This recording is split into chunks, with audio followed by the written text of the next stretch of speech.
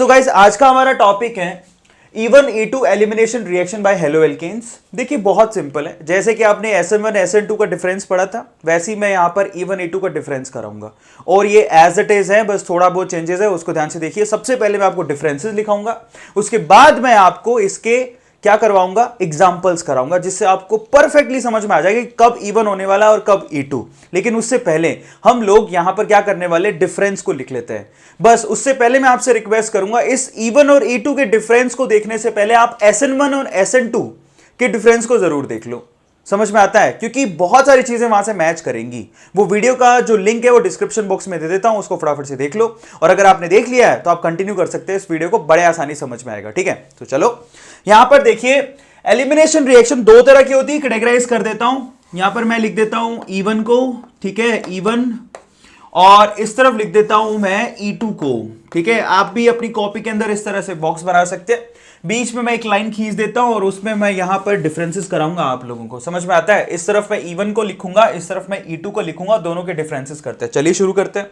सो यहां पर E1 पहले तो फुल फॉर्म समझेंगे और E2 फुल फॉर्म समझेंगे। सबसे बड़ा डिफरेंस वो यही हो सकता है, no doubt about it. So finally E1 का फुल फॉर्म क्या बनेगा, दैट इज 1 किसको रिप्रेजेंट करता है, यूनिमोलिक्यूलर। सो 1 रिप्रेजेंट करता है यूनिमोलिक्यूलर को, जैसे कि SN1 में था। So unimolecular elimination reaction, unimolecular elimination reaction, ये तो इसका फुल फॉर्म हो गया। सबको समझ में आता है, बहुत इंपॉर्टेंट है, ध्यान से देखिएगा। जबकि यहां पर E2 किसको कहेंगे, 2 का मतलब बायमोलिक्यूलर। ठीक है, इसको समझाऊंगा, ध्यान से इसको देखिएगा। और जिसने SN1 SN2 को समझ रखा है उसको तो बड़ी आसानी से समझ में आएगा, क्योंकि वही सब चीजें हैं। So bimolecular elimination reaction, bimolecular elimination, ठीक है, रिएक्शन, ये तो हो गया जी इनका फुल फॉर्म। अब यूनि और बाई से समझ में क्या आता है, यहां पर मजे की बात यह है कि ये जो रिएक्शन होगी E1, ठीक है, उसमें जब आप देखेंगे तो यहां पर जो स्टेप्स निकल के आएंगे वो होंगे 2, यानी कि ये 2 स्टेप रिएक्शन है। मजे की बात, ये 2 स्टेप रिएक्शन है, बहुत इंपॉर्टेंट है। डोंट वरी, मैं समझाऊंगा आगे, पहले डिफरेंसेस लिख लो।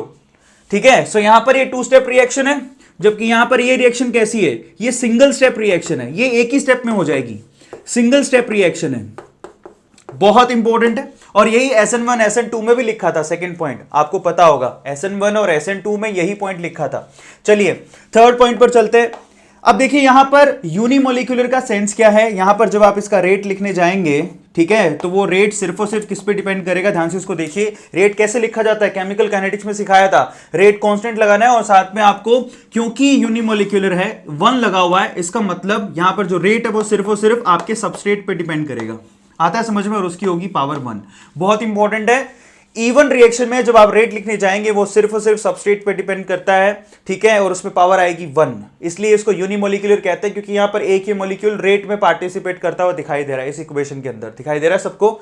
सो यहां पर थर्ड स्टेप अगर लिखने जाएंगे तो यहां पर E2 में जब आप रेट लिखने जाओगे तो E2 के अंदर रेट कैसे लिखोगे, that rate is equal to K, that is the rate constant. यहां पर अब रेट आपके दोनों चीजों पे डिपेंड करेगा, सबस्ट्रेट पे भी डिपेंड करेगा, और यहां पर जो आप बेस लेने वाले हैं, आप याद रखिएगा, एलिमिनेशन रिएक्शन किसमें होती है, जब आपका न्यूक्लियोफाइल एज अ बेस काम करता है। एलिमिनेशन का मतलब H+ को निकालना, H+ को निकालने का काम कौन करेगा, बेस। जबकि आपने SN2 के अंदर यहां न्यूक्लियोफाइल लिखा था। अब मैं आपको इसको बहुत डिटेल में समझाऊंगा, आप चिंता मत करो, बस ध्यान से देखो, समझ में आता है। यहां पर आपने न्यूक्लियोफाइल लिखा था, मैं यहां बेस लिख रहा हूं। मैंने आपको लास्ट लेक्चर में भी समझाया था, ठीक है, अगर कोई न्यूक्लियोफाइल बल्कियर है तो वो बेस की तरह काम करेगा, क्योंकि वो अप्रोच नहीं कर सकता कार्बन को, आता है समझ में, तो वो हाइड्रोजन को अपनी तरफ खींचेगा, उसको अपना खाना बनाएगा।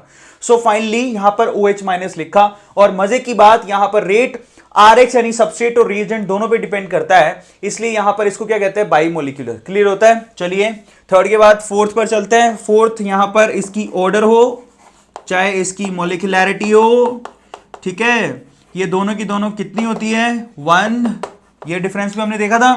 जबकि फोर्थ में क्या लिखेंगे, चाहे इसका ऑर्डर हो चाहे इसकी मोलिकुलैरिटी हो, ठीक है, वो कितनी होगी, 2, इसीलिए इसको E2 कहते हैं। अब देखिए मेजर डिफरेंस पे चलते हैं, 5th नंबर पॉइंट पर आते हैं, जो कि अगेन सो मच इंपॉर्टेंट। देखिए E1 रिएक्शन कब होगा, देखिए स्ट्रेट फॉरवर्ड, अब बस ये चीज आपको ध्यान रखनी है, ये साफ साफ इंडिकेट करेगा कि E1 रिएक्शन कब होने वाला है। E1 रिएक्शन तब होगा जब आपके पास कोई एक वीक बेस दे रखा हो, जो कि अटैक करने के काबिल ही ना हो। तो इसका मतलब सारा काम किसको करना है? सबस्ट्रेट को, इसलिए तो सिर्फ Rx पे डिपेंड कर रहा है। तो वीक बेस प्लस यहां पे हीट का सिंबल होना चाहिए। This is again so much important. ये यहां पर जो डेल्टा लगा है उसका मतलब क्या होता है? ये है हीट का सिंबल, ये हीट को रिप्रेजेंट करता है। आप देखिए बहुत सिंपल है, एरो पे अगर हीट का सिंबल लगा हो तो वो इटसेल्फ इंडिकेट करता है किसको? एलिमिनेशन को। वहां एलिमिनेशन होने वाला है। हीट, ये जो सिंबल है बेसिकली वो Sn और E के अंदर क्या करता है? डिफरेंशिएट, कि वहां पर Sn रिएक्शन होगा कि E। तो अगर हीट का सिंबल लगा हुआ है तो तुरंत समझ जाइएगा कि एलिमिनेशन रिएक्शन होने वाली है। इसको डिटेल में समझाऊंगा, लेकिन ध्यान से उसको देखिए। यहां पर वीक बेस और हीट का सिंबल साफ साफ बताएगा कि यहां पर E1 रिएक्शन होने वाला है, यानी कि यूनिमोलिकुलर एलिमिनेशन रिएक्शन होएगा, जिससे आपको एल्कीन की फॉर्मेशन करनी है। ये बहुत इंपॉर्टेंट है, मैं दोबारा समझा रहा हूं। ये हीट का सिंबल ही सब कुछ है, ये हीट का सिंबल। क्योंकि Sn और E के अंदर है ना बहुत थिन लाइन होती है। मजे की बात देखो, Sn रिएक्शन में आप न्यूक्लियोफाइल और E रिएक्शन में आप बेस की बात करते हो। और आपको पता है न्यूक्लियोफाइल और बेस, आपको पता होना चाहिए कि बेस न्यूक्लियोफाइल भी हो सकता है और एक न्यूक्लियोफाइल बेस भी हो सकता है। इसका मतलब यहां पर एक थिन लाइन है, हमको पहचानना पड़ेगा। तो यहां पर सीन कुछ ऐसा है कि अगर हीट का सिंबल दिया है तो एलिमिनेशन होगा, वीक बेस साथ में दिया है तो आपके मजे हो गए, आपको तुरंत समझ में आ जाएगा कि फाइनली यहां पर E1 होने वाला है। तो फाइनली ये कब होगा जरा चेक कीजिए। यहां पर ये तो खैर मैंने आपको लास्ट लेक्चर में भी सिखाया था। E2 रिएक्शन कब हो रही थी? जब आपके पास स्ट्रॉन्ग बेस हो, और स्ट्रॉन्ग बेस की मैं आपको एग्जांपल भी दूंगा, डोंट वरी। स्ट्रॉन्ग बेस, और यहां हीट की कोई जरूरत नहीं है। अगर कोई स्ट्रॉन्ग बेस आ रहा है वो तुरंत H को खींचेगा और तुरंत वहां से लीविंग ग्रुप लीव कर जाएगा। यहां हीट के सिंबल की कोई जरूरत नहीं है। याद रखिएगा, जब Sn2 लिखा था तो वहां स्ट्रॉन्ग न्यूक्लियोफाइल लिखा था। E2 लिख रहे हैं तो यहां स्ट्रॉन्ग बेस लिख रहे हैं, दोनों में फर्क है। सबको समझ में आ गया? बहुत इंपॉर्टेंट है, there is a difference between nucleophile and base. Nucleophile substitute करता है, लेकिन बेस क्या करेगा? H प्लस को, एसिडिक हाइड्रोजन को अपनी तरफ खींचेगा। समझ में आता है? न्यूक्लियोफाइल हुआ तो क्या करेगा वहां पर? सब्स्टिट्यूशन। समझ में आता है? और अल्कोहल की जनरेशन कर रहा था। जबकि अगर आपने बेसिकली OH माइनस अगर वहां पे न्यूक्लियोफाइल की तरह काम ले रहे हो तो, लेकिन अगर बेस हुआ तो वो H प्लस को खींच लेगा और एल्कीन की फॉर्मेशन करेगा। सबको समझ में आता है? बहुत इंपॉर्टेंट है, एग्जांपल भी दूंगा, so don't worry about it, लेकिन साथ साथ में लिखते जाओ। स्ट्रॉन्ग बेस, यहां हीट के सिंबल की कोई जरूरत नहीं है। स्ट्रॉन्ग बेस हुआ तो तुरंत समझ जाइएगा कि यहां पर E2 होने वाला है। मैं एग्जांपल दे देता हूं, चलो और क्लैरिटी आएगी। 6 पॉइंट पर एग्जांपल ही दे देता हूं, बात खत्म हो जाएगी। समझ में आता है? ये एग्जांपल पहले दे देता हूं क्योंकि ये लास्ट लेक्चर में आपको दे चुका हूं। कौन कौन से होते हैं स्ट्रॉन्ग बेस? एक तो एल्कोहलिक KOH। अगर आपने एक्वस KOH लिखा तो वो न्यूक्लियोफाइल होगा। KOH के साथ एल्कोहलिक लिख दिया तो बेस है। एल्कोहलिक देखो, याद करने का सिंपल तरीका बता। एल्कोहल का मतलब क्या होता है? दारू। आपको पता है दारू तो दुनिया से कितने को एलिमिनेट कर देती है। ये तो फिर भी छोटे छोटे मॉलिक्यूल्स हैं। तो सिंपल सी बात है, जहां एल्कोहल दिख जाए मतलब एलिमिनेशन होगा। और एल्कोहल की जगह अगर पानी लिखा होता तो एलिमिनेशन नहीं होता, फिर क्या होता? न्यूक्लियोफिलिक सब्स्टिट्यूशन होता। सिंपल सी बात है। सो यहां पर एल्कोहलिक KOH प्राइम एग्जांपल है जिसमें एलिमिनेशन देखने को मिलेगा। तो ये एक्चुअल में चीज है जिसको आपको फोकस करना है, एल्कोहलिक। एल्कोहलिक मतलब तुरंत समझ जाएगा एलिमिनेशन होने वाला है। समझ में आ गया सब लोगों को? और एल्कोहलिक स्ट्रॉन्ग के साथ आ रहा है, स्ट्रॉन्ग न्यूक्लियोफाइल को एल्कोहलिक बेस बना देता है। बहुत इंपॉर्टेंट है। सो फाइनली E2 रिएक्शन होने वाला है वहां पर। और इसके अलावा NaNH2, ये एक स्ट्रॉन्ग बेस है जिसको सोडामाइड भी कहते हैं, बहुत इंपॉर्टेंट है। इसके अलावा क्या कर सकते हो आप? यहां पर जरा ध्यान से इसको देखो, C2H5O- और इसको आपने एल्कोहलिक ले लिया। एल्कोहल एलिमिनेशन का सीधा इंडिकेशन है। अगर एरो पर C2H5O- और एल्कोहल लिखा हो तुरंत समझ जाइएगा। देखिए यहां पर माइनस इंडिकेट कर रहा है कि ये बेस है, स्ट्रॉन्ग बेस है। समझ में आ गया? चार्ज पार्टिकल स्ट्रॉन्ग बेस हो गया, और उसके साथ अल्कोहल लग रहा है, एलिमिनेशन होगा। अल्कोहल एलिमिनेशन को शो कर रहा है, ये न्यूक्लियोफाइल अब बेस की तरह काम करेगा और फाइनली E2 रिएक्शन होने वाली है। कितना सिंपल है, समझ में आता है? सो यहां पर मैंने आपको इसके एग्जांपल दे दिए। स्ट्रॉन्ग बेस, ये आपके सामने स्ट्रॉन्ग बेस के एग्जांपल लिखे हुए हैं। क्लियर होता है? अब यहां पर आ जाते हैं। यहां पर वीक बेस का सेंस क्या है? जैसे कि C2H5OH, neutral molecule, that is negatively charged, this one is neutral, plus साथ में हीट, ये इटसेल्फ इंडिकेट करता है। या फिर ऐसे लिखा हो सकता है ETOH प्लस हीट। ये हीट का सिंबल दिख जाए ना तुरंत समझ जाना कि वहां पर क्या होने वाला है, एलिमिनेशन।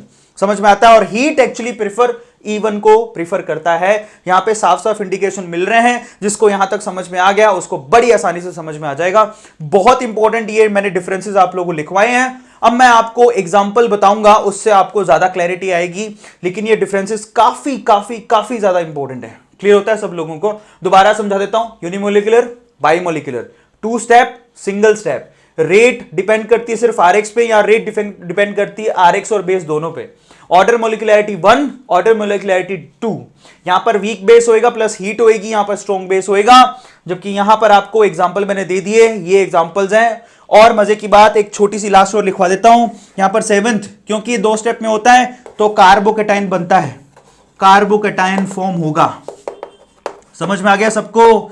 जबकि यहां पर 7th पॉइंट पे लिख सकते हो no carbocation is formed, no carbocation is formed. यहां पर कोई कार्बोकेटाइन नहीं होगा। और आप याद करिए, जब आपके पास कार्बोकेटाइन होता है तो वहां पर रीअरेंजमेंट भी होती हैं, वो मैं आपको समझाऊंगा एग्जांपल के तौर पे।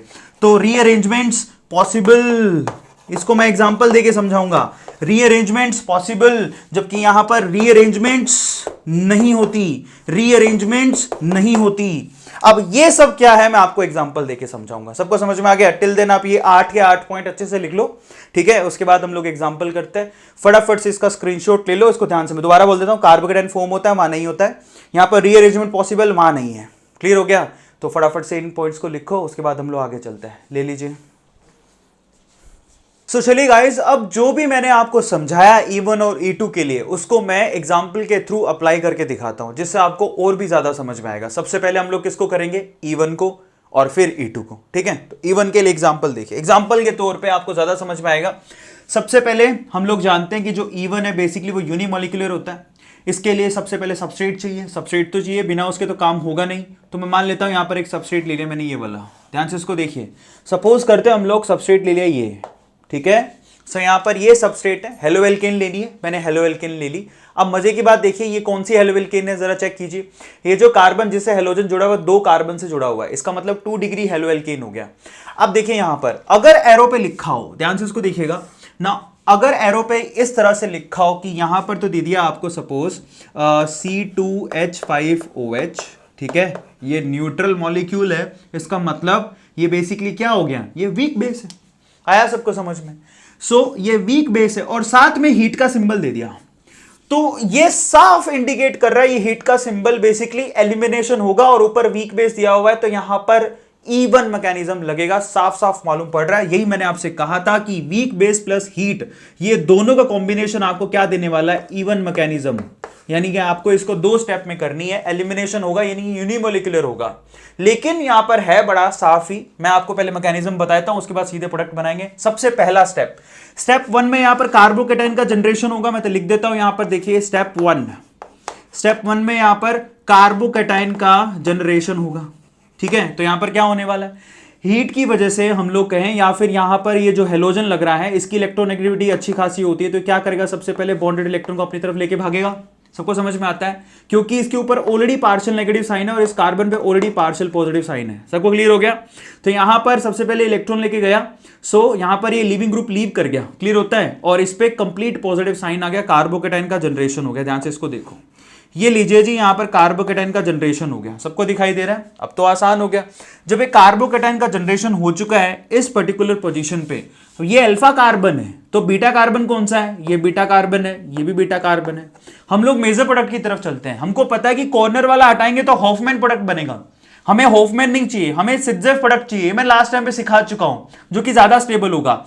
तो यहां पर है ना, ये जो बीटा कार्बन है ये वाला, उसके पास ऑब्वियसली हाइड्रोजन होगा कि नहीं होगा? अब देखिए यहां पर इस हाइड्रोजन को हटाने का काम कौन करेगा? ये वीक बेस। तो वीक बेस कैसे हटाएगा? देखिए ये वीक बेस ये तो है, ये C2H5 और उसके बाद ये H लग रहा है, इसके पास लोन पेयर तो होगा ना? यस और नो? दो लोन पेयर है, इसमें से कोई एक लोन पेयर जो है, ये लोन पेयर इसको डोनेट करेगा। अगर इसने इसको ये लोन पेयर डोनेट किए तो ये बॉन्डेड इलेक्ट्रॉन किधर शिफ्ट हो जाएंगे? यहां पर। ये देखिए इस तरह से सिंपल मैकेनिज्म फॉलो होगा और फाइनली आपका यहां पर प्रोडक्ट तैयार हो गया। नीचे की तरफ बना देता हूं, बहुत आसान था। क्या प्रोडक्ट तैयार हुआ? इस तरह से, ये देखिए यहां पर ये तैयार हो गया, एक एल्कीन की फॉर्मेशन हो गई। और यहां पर मजे की बात, ये एल्कीन ये सिट्जेफ प्रोडक्ट कहलाता है क्योंकि यहां पर maximum number of alpha hydrogen है। अल्फा हाइड्रोजन कैसे निकालते हो? देखिए इसको एनसर्किल करो, उसके बाद उसका पड़ोसी कार्बन एक ये रहा, एक ये रहा, तो टोटल अल्फा हाइड्रोजन कितने हो गए? 6। ये अल्फा हाइड्रोजन, ये अल्फा हाइड्रोजन। समझ में आ गया सबको? सो फाइनली आपका ये मेन फंक्शनल ग्रुप हो गया, ये अल्फा कार्बन। अल्फा कार्बन के पास कितने हाइड्रोजन होंगे जरा चेक करो? 3। ऑब्वियसली यहां पर कितने हाइड्रोजन होंगे? 3। इस कार्बन ने एक बॉन्ड तो इसके साथ बना रखा है, बाकी 3 हाइड्रोजन के साथ बनाएगा ना, तो अल्फा हाइड्रोजन कितने हो गए? 1 2 3। यहां पर भी कितने हो? 1 2 3, टोटल कितने हो गए? 6 अल्फा हाइड्रोजन, तो ये ज्यादा स्टेबल है। और इसको हम लोग क्या बोलते हैं? सिदजेफ। ये सिदजेफ प्रोडक्ट कहलाता है, और ये मैं आपको लास्ट टाइम पे बता चुका हूं। क्लियर होता है? चलिए, सिदजेफ प्रोडक्ट मैंने बना के दिखाया। अगर आप कॉर्नर वाला पकड़ते और यहां पर बॉन्ड की फॉर्मेशन करते तो वो हॉफमैन बनता, लेकिन वो 20% ही होता। हम मेन प्रोडक्ट की तरफ चलते हैं, लेकिन मैकेनिज्म सेम ही रहेगा। तो मैकेनिज्म सबको क्लियर हो गया कि मैकेनिज्म क्या है? तो यहां पर ये सेल्फ इंडिकेट कर रहा है कि भैया यहां पर इवन होने वाला है, और क्या प्रोसीजर बनेगा और क्या प्रोडक्ट होगा वो मैं आपको नीचे बता चुका हूं। सबको क्लियर हो गया? सबको समझ में आता है? बहुत सिंपल है, ध्यान से देखो। और मैं आपको इसीलिए कह रहा था फोकस करो कि यहां पर ये देखिए, न्यूट्रल मॉलिक्यूल वीक बेस, साथ में हीटिंग, सेल्फ इंडिकेशन है कि एलिमिनेशन होगा। ये हीट मतलब समझ जाइए कि एलिमिनेशन वाला होने वाला है। और कौन सा एलिमिनेशन? वीक बेस है, तो इसका मतलब इवन यहां पर लगेगा। अब यहां पर मैंने आपसे कहा था कि क्योंकि कार्बोकेटाइन की फॉर्मेशन हो रही है तो रीअरेंजमेंट भी पॉसिबल है। तो उसका क्या एग्जांपल है? तो जरा ध्यान से उसको देखिए, मैं उसका एग्जांपल आप लोगों को दे देता हूं। सपोज करिए कि यहां पर इस बार आपके पास है ना कुछ ऐसा, आपके पास सबस्ट्रेट है, मान लेते हैं। ये देखिए, ये सबस्ट्रेट है जिसमें यहां पर सपोज करते हैं कि क्लोरीन लगा हुआ है। सबको समझ में आ गया? इस बार ऐसा सबस्ट्रेट ले लिया। क्लियर होता है सब लोगों को? अभी भी 2 डिग्री है। क्यों? क्योंकि क्लोरीन जिस कार्बन से जुड़ा हुआ, 2 ही कार्बन से जुड़ा हुआ है, तो 2 डिग्री सबस्ट्रेट है। अब अगर यहां पर लिखा आ जाए, आपको क्या लिखा आ जाए? C2H5OH और प्लस में हीट। ये हीट सिंबल से साफ समझ जाएगा कि एलिमिनेशन होने वाला है। एलिमिनेशन, और मजे की बात, ऊपर दिया है वीक बेस, क्योंकि न्यूट्रल मॉलिक्यूल है। तो फाइनली यहां पर एलिमिनेशन कौन सा होगा? इवन, यानी कि 2 स्टेप में। पहले कार्बोकेटाइन की जनरेशन होगी। तो अब देखिए यहां पर कार्बोकेटाइन की जनरेशन में क्या होगा। सबसे पहले तो ये जो क्लोरीन है वो बॉन्डेड इलेक्ट्रॉन को लेके निकलेगा, तो ये कार्बन पे क्या आ जाएगा? पॉजिटिव का साइन। तो देखिए यहां पर कार्बोकेटाइन का जनरेशन हुआ। ध्यान से इसको देखिएगा, बहुत इंपॉर्टेंट है। अब इस पे पॉजिटिव साइन आ रहा है ना? अब मैंने आपसे क्या कहा था, याद करिए। मैंने एक स्पेशल लेक्चर बनाया था इस पे, शिफ्टिंग के ऊपर। अब देखिए जरा ध्यान से, यहां पर मिथाइल ग्रुप है, यहां पर मिथाइल ग्रुप है, और इसके पास एक हाइड्रोजन भी तो है। अगर आप ढंग से देखें, आप देखना चाहे तो मैं CH3 लिख देता हूं। यहां पर 2 मिथाइल ग्रुप और एक हाइड्रोजन है इस पर्टिकुलर कार्बन के पास। सही है? अब यहां पर ये जो कार्बोकेटाइन पैदा हुआ है वो 2 डिग्री है। ऐसा क्यों? क्योंकि उसके इस तरफ कार्बन और इस तरफ कार्बन है। अब मजे की बात, अगर ये पॉजिटिव साइन यहां आ जाए तो ये 3 डिग्री कार्बोकेटाइन बन जाएगा। उसके लिए यहां पर हाइड्रोजन का शिफ्टिंग करना पड़ेगा। क्लियर होता है? तो अब देखिए क्या करेगा हाइड्रोजन इस बॉन्ड के साथ यहां पर शिफ्ट हो जाएगा, और ये पॉजिटिव साइन इधर आ जाएगा। तो यहां पर रीअरेंजमेंट हुआ। मैं लिख देता हूं, रीअरेंजमेंट। ये देखिए रीअरेंजमेंट, और उसको बोलेंगे हाइड्राइड शिफ्टिंग। तो यहां पर हाइड्राइड शिफ्टिंग हुई है, बहुत इंपॉर्टेंट है। स्टेबिलिटी के लिए कोई कुछ भी करता है, तो यहां पर दोनों बॉन्डेड इलेक्ट्रॉन ये लेके उस तरफ चला गया, और ये पॉजिटिव साइन इधर आ गया, क्योंकि दोनों लूज हो गए तो कार्बोकेटाइन पे आ गया है पॉजिटिव। अब देखिए यहां पर कुछ ऐसा हो गया, ध्यान से इसको देखिए। ये देखिए, अब यहां पर आ गया पॉजिटिव का साइन, और वो हाइड्रोजन उस तरफ जा चुका है। दोनों इलेक्ट्रॉन लेके, हाइड्रोजन को हम लोग बॉन्ड लाइन डायग्राम में दिखाते नहीं है, मैंने यहां दिखाया ही नहीं है। क्लियर होता है? अब देखिए, अब जो कार्बोकेटाइन पैदा हुआ है, ये कार्बोकेटाइन तो था 2 डिग्री वाला। अब ये जो कार्बोकेटाइन है वो कैसा है? 3 डिग्री वाला, विच इज मोर स्टेबल। सबको समझ में आता है? बहुत इंपॉर्टेंट है। Now this one is more stable. Clear होता है? आप चाहे तो उस हाइड्रोजन को दिखा दीजिए, ये लीजिए, मैं यहां पर हाइड्रोजन को दिखा देता हूं, कोई फर्क नहीं पड़ता उससे। क्लियर होता है? तो हाइड्रोजन वहां शिफ्ट हो गया, दोनों इलेक्ट्रॉन लेके, और पॉजिटिव इधर आ गया। अब ये 3 डिग्री कार्बोकेटाइन बन गया। अब ये 3 डिग्री कैसे है? क्योंकि ये जो कार्बन है वो टोटल 3 मिथाइल ग्रुप से जुड़ा हुआ है। एक ये रहा, दूसरा ये रहा, और तीसरा ये रहा। दिखाई दे रहा है सब लोगों को? 3 कार्बन से जुड़ा हुआ है, 2 मिथाइल ग्रुप और एक ये वाला कार्बन। समझ में आता है सबको? तो काफी इंटरेस्टिंग। अब 3 डिग्री के अंदर अब क्या होगा? हमें पता है कि यहां पर हीट है, हीट का सिंबल यहां पर एलिमिनेशन शो करेगा। तो यहां पर सिंपल सी बात है, ये जो आपके पास वीक बेस दे रखा है वो इस हाइड्रोजन को अपनी तरफ अट्रैक्ट करेगा। ये हाइड्रोजन का मतलब, ये देखिए वही वाला काम कर रहा हूं, ये C2H5 और यहां पर H, इसके पास लोन पेयर होंगे ना, तो ये क्या करेगा? अपने लोन पेयर इसको डोनेट करेगा, ये दोनों इलेक्ट्रॉन यहां शिफ्ट हो जाएंगे, फाइनली एल्कीन की फॉर्मेशन होगी। ये हाइड्रोजन को लेके भाग जाएगा, और फाइनली आपके पास प्रोडक्ट क्या बनेगा? चेक कीजिए, ये लीजिए, बहुत इंपॉर्टेंट है। यहां पर आ गया डबल बॉन्ड। क्लियर होता है? और ये लीजिए, वो हाइड्रोजन हट गया है, ये प्रोडक्ट आपके पास फॉर्म हुआ। क्लियर होता है? बहुत इंपॉर्टेंट है। ये देखिए, इसी को हम लोग रीअरेंजमेंट बोलते हैं, और फाइनल प्रोडक्ट यही है। Now this is a final product. अब देखिए कितना इंपॉर्टेंट था, सबको समझ में आ गया? यहां पर इस तरह से आपको ध्यान में रखना है कि यहां पर रीअरेंजमेंट भी होता है, और ये सिर्फ और सिर्फ पहले स्टेप में कौन पार्टिसिपेट कर रहा है? पहला स्टेप इसका कहलाता है रेट डिटरमाइनिंग स्टेप, यही है RDS, और उसमें सिर्फ सबस्ट्रेट पार्टिसिपेट कर रहा है। इसका मतलब ये क्या हो गया? E1। समझ में आ गया? यहां पर भी यही रेट डिटरमाइनिंग स्टेप है, यहां से यहां जाने को इसी को बोलते हैं RDS, rate determining step. Rearrangement कैसे होती है उसके लिए मैं सेपरेट वीडियो बना चुका हूं, आप एक बार चैनल को विजिट करो, आपको रीअरेंजमेंट की वीडियोस मिल जाएंगे। हाइड्राइड शिफ्टिंग, ठीक है, मेथाइड शिफ्टिंग और रिंग एक्सपेंशन का एक वीडियो बना हुआ है, अभी रिसेंटली बनाया है, आपको वहां पर समझ में आएगा कि ये शिफ्टिंग कैसे होती है और इस तरह से प्रोडक्ट की फॉर्मेशन करनी है। और फाइनली ये हो गया हमारे पास इवन। इवन को पहचानने का सिंपल तरीका, weak base plus heat. Heat का सिंबल नहीं दिया है तो समझ लीजिए अगर हीट नहीं होता ना यहां पे तो सब्स्टिट्यूशन हो जाता, ये OH लगता वहां जाके। समझ में आता है सबको? काफी इंटरेस्टिंग है। OH नहीं, सॉरी, यहां पर ये माइनस और ये प्लस, तो ये वाला पार्ट जाके लग जाता, ये न्यूक्लियोफाइल जाके लग जाता। तो यहां पर सब्स्टिट्यूशन नहीं करवाना अगर आपको और एलिमिनेशन करवाना है तो ये हीट का सिंबल आपको काम दे रहा है। हाई टेम्परेचर, हीट का मतलब क्या होता है? हाई टेम्परेचर आप दे रहे हो, बहुत इंपॉर्टेंट है। अदरवाइज यहां पर एसिड रिएक्शन भी हो सकता था। मैंने कहा था ना एसएन और ई के अंदर एक छोटा सा थिन लाइन होता है, तो यहां पर वही थिन लाइन है। ये हीट का सिंबल ही सब कुछ है। ये हीट लगा इसका मतलब एलिमिनेशन होगा। मेरी बात को ध्यान से सुन लो और इसको कॉपी के अंदर लिख लो। Heat symbol plus weak base means even, बात खत्म। यही शॉर्ट ट्रिक है। क्लियर होता है? अब चलते हैं E2 की तरफ, लेकिन उससे पहले इसका और इसका अच्छे से कॉपी में लिख लो, स्क्रीनशॉट ले लो, उसके बाद आगे चलते हैं। E2 चलिए ले लीजिए।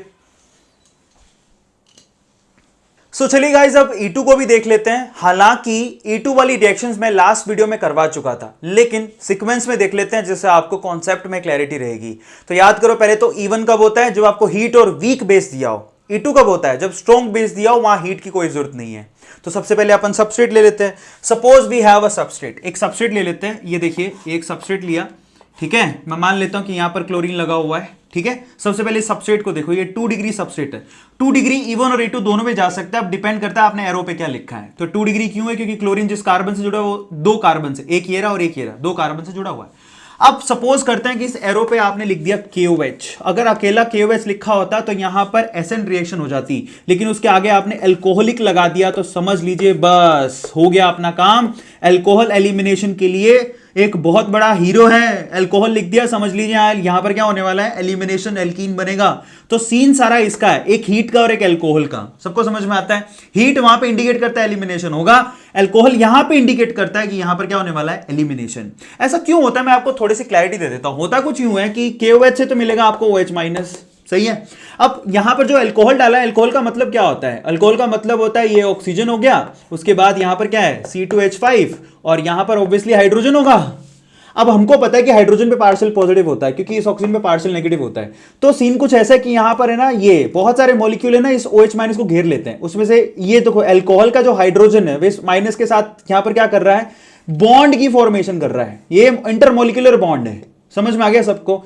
ये बॉन्ड की फॉर्मेशन की वजह से, क्योंकि ये चारों तरफ से घिरा होता है इसलिए बल्की हो जाता है। आ गया सबको समझ में? ये घिरे होने की वजह से बल्की हो जाता है। और अब ये क्या करता है ना, सीन कुछ ऐसा है कि अब ये इस पॉजिटिव कार्बन को अप्रोच नहीं करता है, इसकी बजाय ये इस हाइड्रोजन को अप्रोच करना ज्यादा आसान लगता है। ये यहां से उसको अट्रैक्ट कर रहा होता है, ये OH-। क्लियर हो गया? ये यहां से उसको अट्रैक्ट करता है। सबको समझ में आ गया? सिंपल है। यहां से उसको अट्रैक्ट करता है और इसको अपने इलेक्ट्रॉन देने की कोशिश करता है। ये अपने दोनों इलेक्ट्रॉन इधर शिफ्ट कर देता है, क्लोरीन यहां से तुरंत भाग जाता है। सारा काम एक ही स्टेप में हो रहा है। क्लियर होता है? सो फाइनली बजाय ये खुद यहां पे जुड़े, ये इस हाइड्रोजन को अपनी तरफ खींच लेता है। इसको खाना ही तो खाना है, इसको पॉजिटिव ही तो चाहिए, तो प्रोटॉन को खींच लेता है बजाय खुद जुड़ने के, क्योंकि ये भारी है। तो ये भारी है क्योंकि बहुत बड़ा है, बल्कि हो चुका है, इसलिए खुद यहां पर पॉजिटिव अप्रोच नहीं करता। एसएन में क्या होता? अगर हल्का होता तो ये कार्बन को अप्रोच करता और ये निकलता, लेकिन एलिमिनेशन में कार्बन को अप्रोच नहीं करता। ये कार्बन पॉजिटिव है क्योंकि ये नेगेटिव है। समझ में आता है? अब ये प्रोटॉन को अपनी तरफ खींच रहा है। क्लियर होता है? प्रोटॉन को अपनी तरफ खींचेगा तो ये इलेक्ट्रॉन यहां शिफ्ट होंगे, ये अपने इलेक्ट्रॉन लेके भाग जाएगा और फाइनली एक ही स्टेप में सारा का सारा काम खत्म हो गया। और यहां पर क्या बन गया? जरा चेक करो, सेजेफ प्रोडक्ट बन गया। बहुत इंपॉर्टेंट है, सेजेफ प्रोडक्ट बन गया। चाहता तो ये इस प्रोटॉन को भी खींच सकता है क्योंकि ये भी बीटा है, लेकिन बेटर कौन सा है? कॉर्नर वाला बेटर नहीं है, ये वाला बेटर है। क्लियर होता है? तो यहां पर सेजेफ प्रोडक्ट बन गया। इस तरह से आपको देखने को मिलेगा। तो दिस इज सेजेफ और ये प्रोडक्ट आपको मेजर देखने को मिलेगा। ठीक है? अगर आप कॉर्नर वाला पकड़ते हैं तो मैंने आपको लास्ट वीडियो में बताया था हॉफमैन बनेगा। ऐसा भी तो हो सकता था ये हाइड्रोजन को नहीं खींचता, वो इस वाले कॉर्नर हाइड्रोजन को खींच लेता है। एल्कोहलिक KOH अगर इसको खींचता, समझ में आता है सबको? तो ये बॉन्डेड इलेक्ट्रॉन यहां शिफ्ट होते हैं और ये भाग जाता। तब क्या बनता? तब मैं आपको यहां बनाता हूं, जिसको पता नहीं है मैं उसके लिए बना रहा हूं। क्लियर होता है? तब आपके पास कॉर्नर एल्कीन बनती, जिसको हम लोग हॉफमैन प्रोडक्ट कहते हैं। क्या कहते हैं? Hofmann product. तो ये हॉफमैन प्रोडक्ट बनता विच इज माइनर। ये माइनर होता है और वो मेजर होता है, तो हमें तो सेटजेफ पे ध्यान देना है जो मेजर प्रोडक्ट होगा। क्लियर होता है? तो हॉफमैन प्रोडक्ट यहां पर माइनर होगा, सेटजेफ यहां पर मेजर होता है। सो फाइनली जनरली ऐसा कह रहा हूं, बहुत ये एक्सेप्शनल केसेस यहां पर होते हैं, मैं आपको अलग से बता दूंगा, लेकिन ज्यादातर आपके सेटजेफ प्रोडक्ट जो होते हैं वो क्या होते हैं, मेजर होते हैं। ये आपको ध्यान रखना है, this is more than enough, इसके अलावा कोई जरूरत नहीं है। सिंगल स्टेप रिएक्शन है, आप समझ जाइएगा। सिंपल सी बात कर रहा हूं, यहां पर एल्कोहलिक KOH के अलावा अगर NaNH2 भी लिखा होता तो भी यहां पर क्या होता, एलिमिनेशन, क्योंकि ये भी बहुत स्ट्रॉन्ग बेस है, ये मैंने आपको लिखवाया है।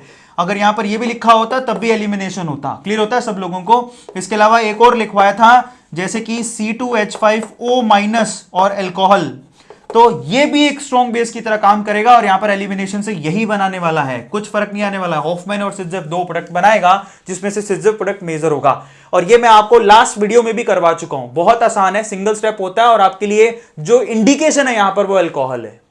समझ जाएगा कि यहां पर अल्कोहल लिखा है तो एलिमिनेशन होगा, और क्योंकि ये स्ट्रॉन्ग है इसलिए यहां पर E2 मैकेनिज्म फॉलो होगी। सबको समझ में आ गया? एक ही स्टेप में खत्म, क्योंकि ये भी पार्टिसिपेट कर रहा है और ये भी, इसलिए E2 लगाया। सो फाइनली यहां पर E1 और E2 का डिफरेंस खत्म। एग्जांपल सबको समझ में आ गए? फटाफट से स्क्रीनशॉट ले लो, ठीक है? ईमानदारी से वीडियोस को देखते रहो। I am working very hard, I am trying. मेरे बिजी शेड्यूल में से मैं कोशिश कर रहा हूं आपके लिए डेली 2 कम से कम वीडियोस डालूं, आने वाले वक्त में 3 भी डाल सकता हूं। मैं डिपेंड उस पर करता है, मेरी जो कंसिस्टेंसी है वो आप कितना रिस्पॉन्स दिखाते हो। स्ट्रेट फॉरवर्ड, अगर आप बहुत एंथुसियास्टिकली मेरी वीडियोस को देख रहे हो, उनको शेयर कर रहे हो, नॉलेज गेन कर रहे हो, कमेंट सेक्शन में लिख रहे हो, लाइक कर रहे हो, ठीक है, डेफिनेटली मैं आपके लिए ज्यादा से ज्यादा मेहनत करूंगा। सब आप पे डिपेंड करता है, ठीक है? हो सकता है आगे सरप्राइज भी आप लोगों को मिल जाए, लेकिन आपको मेरे साथ हार्डवर्क करना है गाइस। मेरे साथ लगे रहो, हम लोग बहुत अच्छा करने वाले हैं और अच्छा करेंगे। आपका भी सिलेक्शन होगा और मैं भी उसमें बहुत इंजॉय करूंगा, मुझे यही चाहिए। Till then guys, please share this video to the needy student जो कोचिंग अफोर्ड नहीं कर सकते। डी ब्लॉक के 7 लेक्चर्स में बना चुका हूं अकेडमी पे, ईमानदारी से वहां देखते रहो, उनको नोट डाउन करते रहो। इनऑर्गेनिक हमारी इन अकेडमी पे चल रही है, फिजिकल ऑलमोस्ट हमारी इस पे पूरी हो चुकी है, ऑर्गेनिक यहां पर चल रही है, तो इसके अलावा क्या चाहिए आपको? So work hard guys. मिलता है अगली वीडियो में, till then share these videos, और सब्सक्राइब नहीं किया है तो सब्सक्राइब करना मत भूलिएगा। Thank you so much, thanks a lot.